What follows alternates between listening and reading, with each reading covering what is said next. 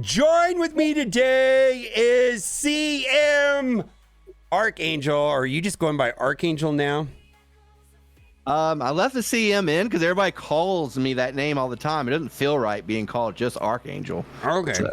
So we're going to do a tell-all interview. We're going to talk about your departure from Scopely, what you think about Scopely, and how things are over there. You're going to talk about your experience working there, and then you're going to talk about where you think the direction of the game is going and where you're heading. So are you ready for this? Oh, I'm so ready. Let's do this. All right. So the first thing that a lot of people asked when I announced on Twitch that you were going to be doing an interview with me is they wanted to know about your departure.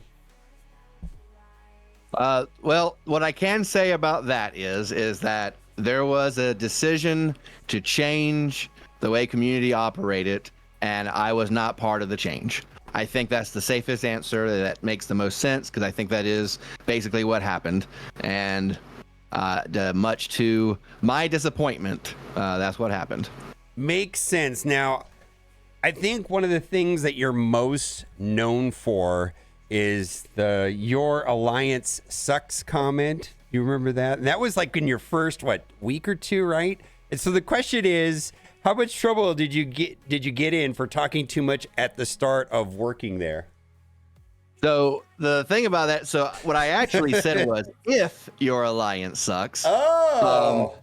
And if you go back and look, that is literally what I said. But the thing was, there was no trouble for that. Because that was, it was a screenshot of a private conversation, and I wasn't being maliceful when I said it. I was actually being halfway joking with it.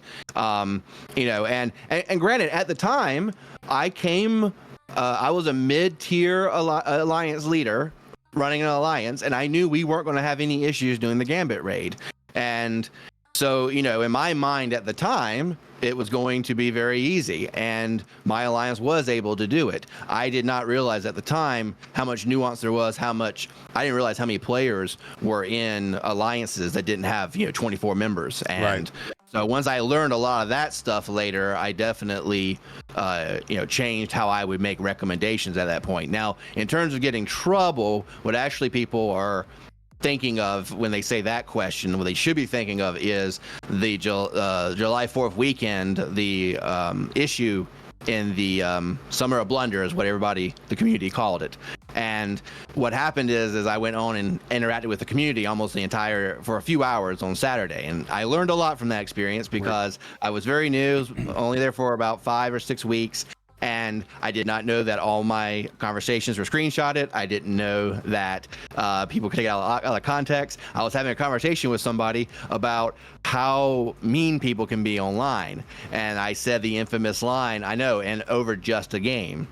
And so the thing was, people took that line out of context and thought I was talking about the issue that weekend with July 4th. That was not what I was talking about. But that's what got people upset about it. But nonetheless, learned a lot from it. But the question is, how much trouble did I get into? I wasn't able to type or communicate for about a week and a half, 2 weeks. Okay. And I was given a lot of coaching. And so, but it was a lot to learn. Overall, though, it was a good experience. Now, I will say, when it happened, I was terrified when I found out how much people took it out of context and stuff. But I will say I was given some tough love, and at the same time, I was given a lot of love. So let's go to the next one, because I think a lot of people don't know this right here. Is he actually playing because he is too deep, or does he actually have fun? For example, would he play the game if he wasn't community manager? I don't think people understand where you came from and how much you love Marvel Strike Force. Tell us whether or not you're playing the game or not right now. Oh, I am definitely playing still hardcore. I'm in a top 10 War Alliance. We're doing the hardest difficulty of all the raids.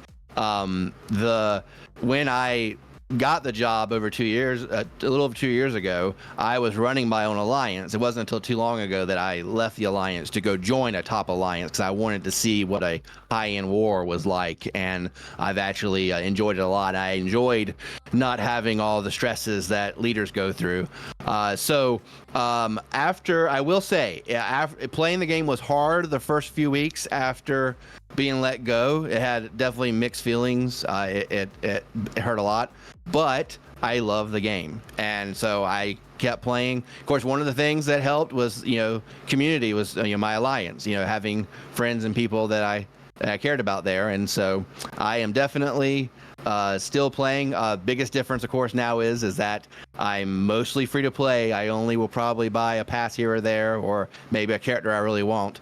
That's one big difference. All right, well, that leads us into the next question. What is the best and worst part of the job of being a community manager? Oh, by far, the best thing of all is when you are in a room and there is something that's about to happen and you are able to make a change. You realize this is going to be a mistake. This is my moment. I've got to speak up and take care of this. The worst part is when you can't make a change. That is definitely by far, because I really, really cared about what the players thought and if they were happy. And I really viewed it as my community, and I wanted my community to be happy. Makes sense. And then how much red tape do the community managers have in order to post on a public forum? I think a lot of people do not understand how challenging that could be. The answer to that question is that it depends who you work for. Yeah. I knew people who came like from another company, and every single thing they typed had to go through somebody else, go through several people. So basically, you kind of learned it on MSF. You kind of learned as you went to a degree, like filling out what you should or shouldn't say to some degree. Now, granted, the first few months, Cerebro very heavily. He would constantly give me feedback on everything I was saying. So I had an amazing teacher in Cerebro those first several months. But yeah, so in terms of what you can or can't say, it just depends. You have to try to use your best judgment. But of course, everything you say, once you type it out in public, it's forever out there. Right. And I know the blogs and things like that have to be translated into multiple languages and things like that. So that's time consuming as well, because not all the communication is just in English, right? Right. Yes. Yep. And now when it comes to like doing the blogs and stuff, that is just extremely heavily reviewed, because that's a 2-week process and requires, 10 plus departments to coordinate. Like, people always talk about the blog and they're like, oh, it's only a few paragraphs, should take a few hours. Like, no, it's a full-time job. Like, it is massive how much time goes into that. But yeah, with that one, we're not as worried because of the fact that you get so many reviews that I never had to worry about blogs in terms of did I say the right thing or whatever. Right. What is the biggest misconception players have about Scopely? It's an interesting one, right? Yes. I would say the biggest misconception is that they play 4D chess. I've heard that a lot. Or, in other words, people think that like they're purposeful, like everything it has like this malice or intent. I will tell you, honestly, I worked there for over 2 years. They cared about the product. The people working there were great people. And they work really hard. And the fact of the matter is that they wanted players to be happy too. But on the other hand, it is a business. And a lot of players don't realize exactly how that works. I came from running stores in retail, and just like in that kind of business, you have sales goals you have to reach. And people, I think, generalize the greed. They overemphasize that, and I don't think they realize that just like any other business you go to and shop at, they have certain goals they have to reach. And the same thing is true, when it comes to the mobile market, when it comes to wherever you go. And so if people don't reach those goals, they lose a job. Just like when I was in retail, you would lose your job if you didn't get certain things. Right. So it's never malice, and they really do care about the game. And the intent is not bad, is the point. Yeah, I think there's that discussion, malice over incompetence. Either way, it's a bad look. So this kind of leads into that. Why are mishaps so frequent in Marvel Strike Force? Is it cost minimization and not enough staff and time, or is there something else systemic? So, I think Cerebro did a really good job on his interview with Taco Shooter a year ago, answering a question similar to this. But bottom line is that you have so many lanes, so many things going on, and the nature of how things work has changed a lot. It used to be everyone was in an office. Now almost everyone is remote. And so, it definitely causes communication challenges. And so the fact of the matter is that when it comes to mistakes happening, and on top of that too, you have a product that's getting fairly old. The game is, over 5 years, and then it was 2 years, I think, in development before that, roughly. So you're looking at a 7 to 8 year old product, and people who are working on it now are working with things that decisions were made 7 or 8 years ago, and they're having to live with them now. And also, from what I've heard and have seen and talked to people, is that it's not the easiest thing to work on. I see people on Reddit and stuff say, I'm a programmer in real life. If I came in there, I could fix everything. And I've seen people with tremendous experience come from another game, and they come in and then they're like, oh, this is hard. And so it is definitely a challenge. And I had nothing but sympathy and empathy for a lot of the event designers and stuff like that when having to work with what they were working with. They really do try to do the best of what they have. So one of the things that you talked about in retail was about sales goals, and that their business and Marvel Strike Force is trying to make money. Kind of leads into this question right here. Does Scopely think they made the game too player friendly? Yeah, that's a good one. I don't think it's a yes or no question, and I don't think it's unfortunately clear cut enough to be able to say that. Bottom line is, when you have paying customers, they have to be happy.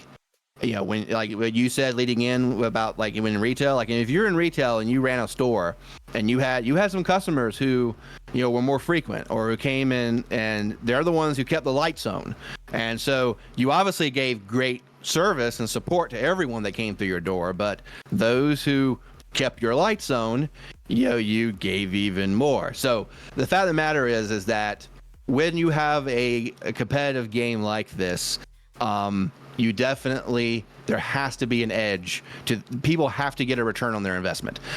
So the fact of the matter is, with any game out there, anywhere, if it comes to a point where people who are spending are quitting because they're saying the reason why is they don't feel like they're getting a return on their investment, then you obviously have to make some slight adjustments there.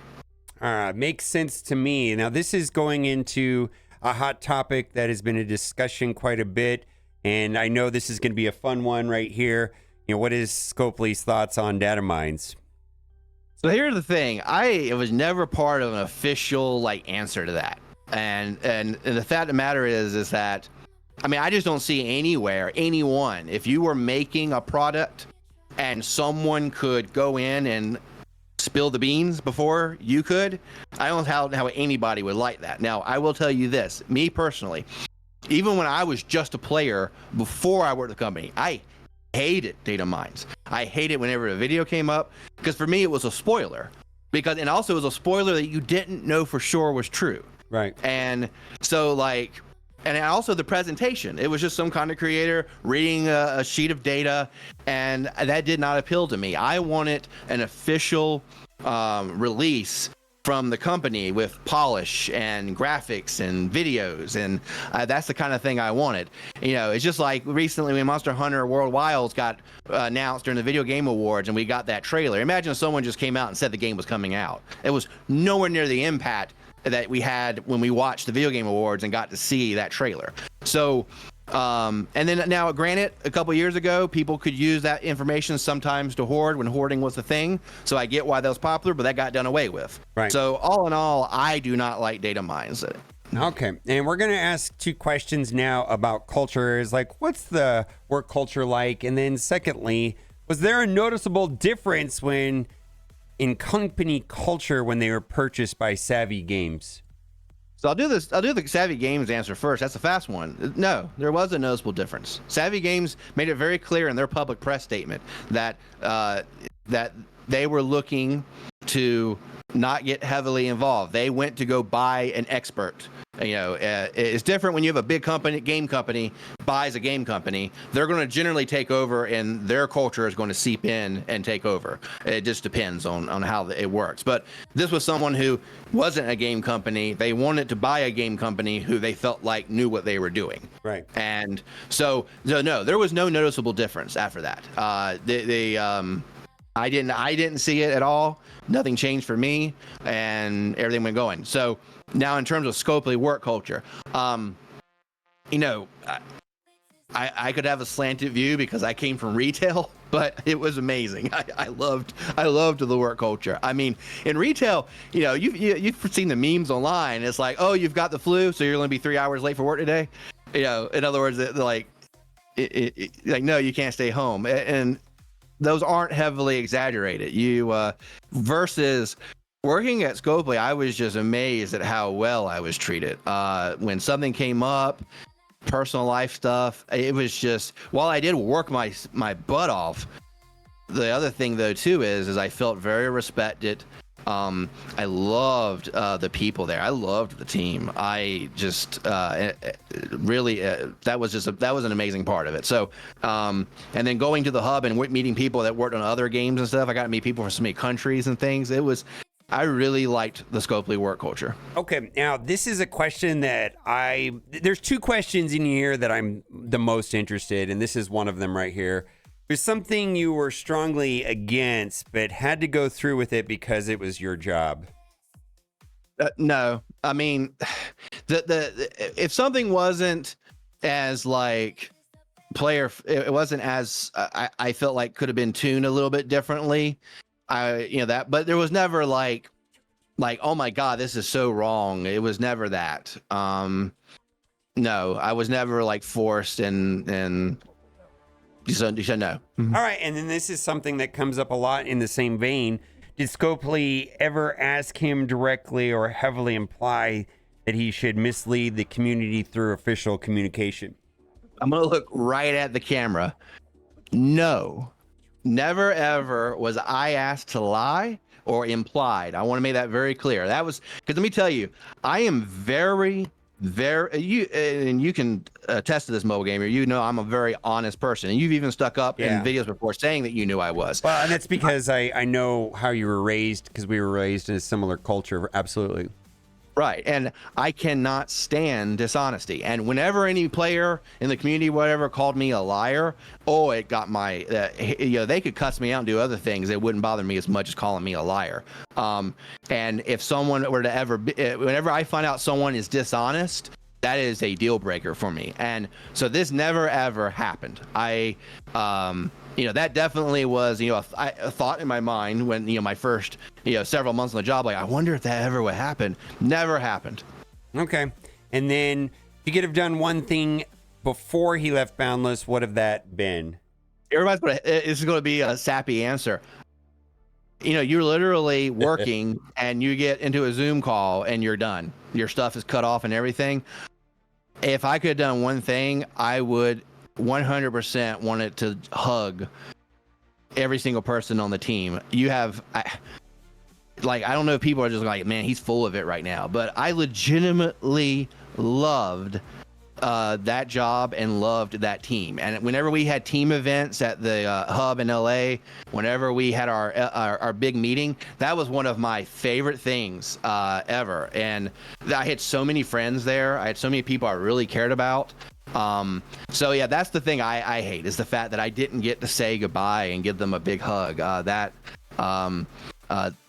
the one thing I wish I could have done. All right. And then accomplishment he is the most proud of at his time as community manager, one thing he wished he did differently. All right. I'm gonna so biggest accomplishment, I want to give two, because the first one of the ones I was really proud of was, you may remember, Mobile, that when we were about to run out of save squads for Blitz. Yeah. And I had a meeting I got to run in front of a lot of the leadership. It was called the Voice of the Player meeting, and I was the host, and I would do a lot of the presenting. Some of the player experience team, they assisted me as well, and were great there. And this topic we brought up to them in that meeting, and like this character's getting ready to come out, and that's the 5th character. We don't have a team slot, and the fix wasn't scheduled for another 2 months. And I was like, that was my, earlier in the interview, I said there's those moments when this is my moment. I have got to stand up and I have to present this respectfully, but strongly enough that everyone understands that I know what I'm talking about and how important this is. And that was one that I was able to do. And because of how adamantly I pushed on it, they got together and they were able to come up with a fix that week. And so and then the fix is still in the game. As you know, we still have an achievement that unlocks after a certain amount of characters that gives us another save squad. The other big accomplishment was fixing the blog charts. And some players are going to hear that and they're like, oh, they never were fixed. Like, yes, they were. The last 6 months I was on the job, we only had 3 events that had a slight variance, and they were better because the event got improved since I put out the chart. But I grabbed that by the horns, and I had a lot of help from a lot of great people. One of the guys, leaders in QA, partnered with me and helped me to be able to, basically, I started learning the redesign docs. I started making the charts, and then I got QA to check it with what was going to go into the game. And bam, our charts were lining up with what was going to be in the game. And that was for me, that was one of the most accomplishments I was very proud of because of the amount of work I had to put into it. And every week then thereafter, I had to put into making the charts. Right. And so what is your thoughts about Pathfinder as being the new community manager? So I actually, after a couple weeks after I was let go, I actually thought to myself, I'm like, if they end up just hiring a CM, I was like, I know it would be awesome if Pathfinder got the job, because I knew that he was interested. And so my thoughts on him being the CM are, I am so glad it's him and not someone else. I would have been really concerned if they got someone who had a lot of CM experience but didn't know the game. And Pathfinder, he used to be Cosmic Crucible guy, and then he became the war guy. And let me tell you, when it comes to him running a war, like, Jesus, the guy has done a 12-hour plus where he's on voice chat calling every shot in the entire war, and had pre-planned spreadsheets and set everybody's defenses and got everybody. I just love how organized that he was with war and stuff. And so I have nothing but mad respect for Pathfinder. I love the guy. And yeah, some people are like, oh, you feel awkward. Like, no, he's a friend. I'm so glad that he got it and not someone else. And I hope that everyone really tries to know that he cares about the players a whole lot and really does everything they can to make his job easier. Absolutely. And so the next set of questions are mostly going to be directed as you as a player, right? And what you think is going to happen to the game based on your experience over there at Scopely. So what's your outlook on the game's future? Positive, negative, hopeful? Mine's positive, and I'm not just saying that. The reason why is my first year on the job, I mean, it was rough. I mean, you remember vividly in mobile how many issues there were. And let me tell you, when Ryan Jacobson took over and he grabbed that game, the bull by the horns, and turned it hard, and so many improvements. I think they were gradual because it's such a huge ship to steer. And I think there's a lot of people who just focus on the negative and they don't realize just how much better it is versus how it was. Now, granted, recently there's been some recent stuff that's come up, and I think that most of those issues, we'll talk about that in a minute, I think most of those have been because there hasn't been a lot of proactive communication. Let's go to that, because that is this is something that is deeply concerning to me personally, because I feel like there was a direction the game was going in that was positive, and then there's a couple things that have been concerning, specifically some of the pay to play, which is different than pay to win, right? So what's your thought on delaying new character releases like Annihilators and moving the timeline to 3 months for bump releases and so on? So what I was saying about, I feel like most of this is a communication thing.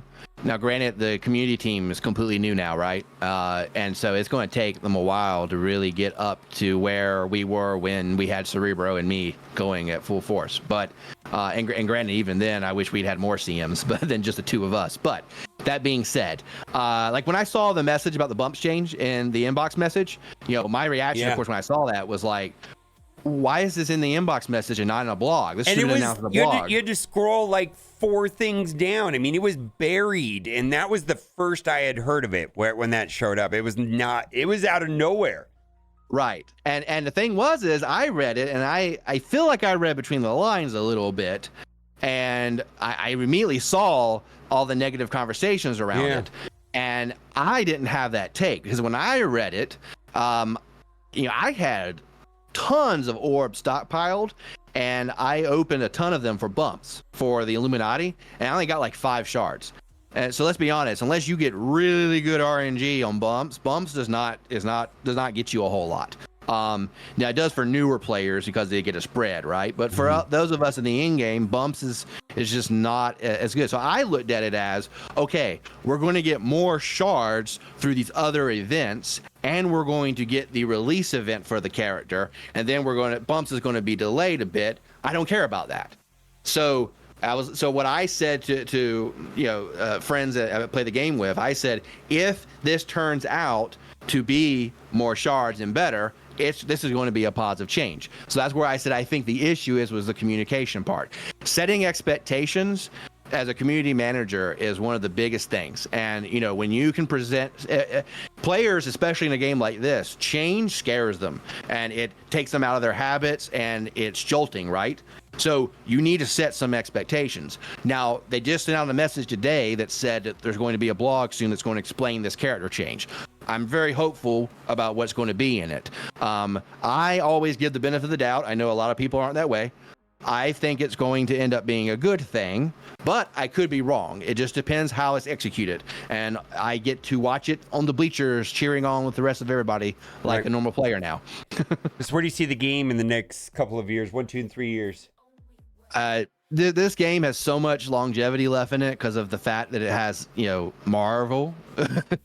And, like every time people are talking about game dying and stuff like that, I just like, no, it's not. It's doing well. It's a strong game.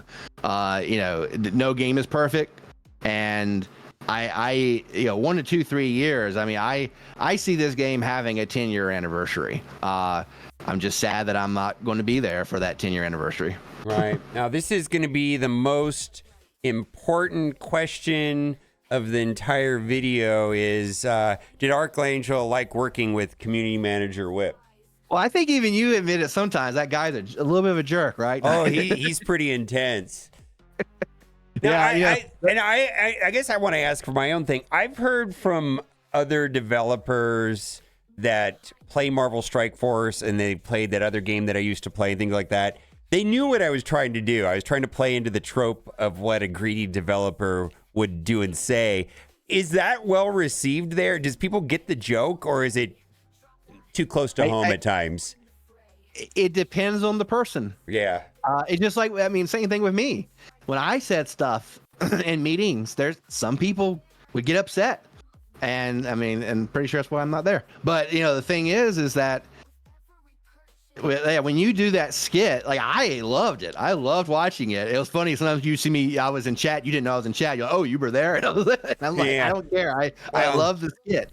And so it just depends on who sees it. I think I've always admired your business sense and the way you make decisions. And, for you, you've basically made it kind of a gift to those who stream with you, right? And so, they're freaking hilarious. But yes, there are plenty who find it hilarious, and and I've even some of the ones that were like particularly funny. I shared those in that Voice of the Player meeting, so that everybody see what there was. Wow, I can only manage it. So people that are not familiar on Twitch, I do a very loud, obnoxious developer, and I say, his problems are that he has a yacht with 1 helipad or 2 helipads and only 1 helicopter. I mean, it's just silliness and the weed lounge and all that stuff. But anyways, the yacht. The yacht. Yeah, the helicopters. Anyways, it's just kind of making fun of the industry, and it's just so outrageous. And I like doing it because I'm allowed to say things in that character that I probably wouldn't normally say.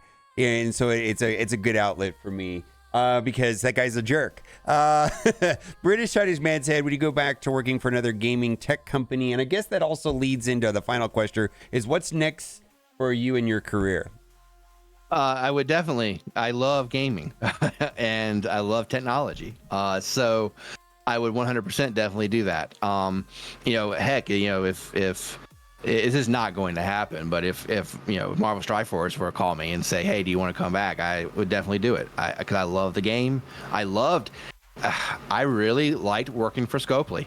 I had never been treated that well by a company ever. So I would definitely do it, and in fact, I really do hope that I get another one. And in the meantime, what's next for me in my career? I am still looking. Hopefully, I will get this particular role I interviewed for. But if I don't, then I actually, in the meantime, while I'm still searching, I may start doing some content creating for Marvel Strike Force. The next couple weeks will answer that question for me, but all in all, though, the hope is to definitely stay in the gaming industry if I can help it, because I just love gaming so much. Yeah, and I gotta tell you something really quick, Archangel, before we wrap up the video. I was expecting a different take and different answers from you, because we didn't go over what you were gonna say. We just went over the questions before the interview. And I was expecting a more bitter, cynical view of Scopely and a tell-all about how they're dirtbags and this and that. And so part of me is disappointed. I'm just going to tell you, I'm kind of disappointed. And to the people watching the video, if you have questions that should have been asked in this interview, put them down in the comment section. Maybe those questions would be a little bit more aggressive, and we'll do a part 2. What do you think about all of that? What do you think about what I just said right there? No, it's I definitely want to do a part 2 in terms of I don't mind answering questions. Obviously, there's certain things that I have to be careful of answering, but the good news is at this point, basically, like anything that was coming out that I knew about has happened now. So I don't know anything that I don't know anything about the future now. So I'm 100% like a normal player at this point in terms of what's coming. I do have those secrets, right? Yeah. And so the thing is but I definitely, that's one thing I loved all y'all content creators. So I'm definitely going to want to do stuff. I would have done stuff sooner, but some people have asked, where have I been the last 3 months? And the answer is I was really bad health. I had 2 discs. I had a herniated disc in my neck. That's why you see the scar right here. I ended up having to have surgery and having 2 discs removed from my cervical spine, and having to have artificial disc put into place and a metal plate put over the 3 vertebrae. And now I'm waiting for the spine to fuse, but it was major surgery, and so I didn't feel like interacting with anybody during that time. I was in a lot of pain and miserable. So I got to ask you one question. This is gonna be my final question. Are you sure you still don't work for Scopely? You're still a Scopely fanboy. You really are. I'm just curious. I mean, you know what I mean? Dude, I mean, I guess I can say this. I don't think it's anything. I don't think I'm breaking any rules. When I was being termed, I looked in the eyes of the general manager and said, like, this is going to sound so ridiculous, but what we called ourselves at Scopely was Scopelians. And I said, I'm a Scopelian. I like, they have these tenets, which is the virtues that they want to exhibit. And I was like, I'm the poster boy for those things. And I really did like the company. And, granted, I was in retail for a long time in multiple companies, and I definitely have been mistreated in a lot of them, but I was treated so well. So it's hard for me to be angry. And of course, and that's, there's Scopely, and then there's the game, right? So you got Boundless, the studio that runs the game. And I cared about too many people there.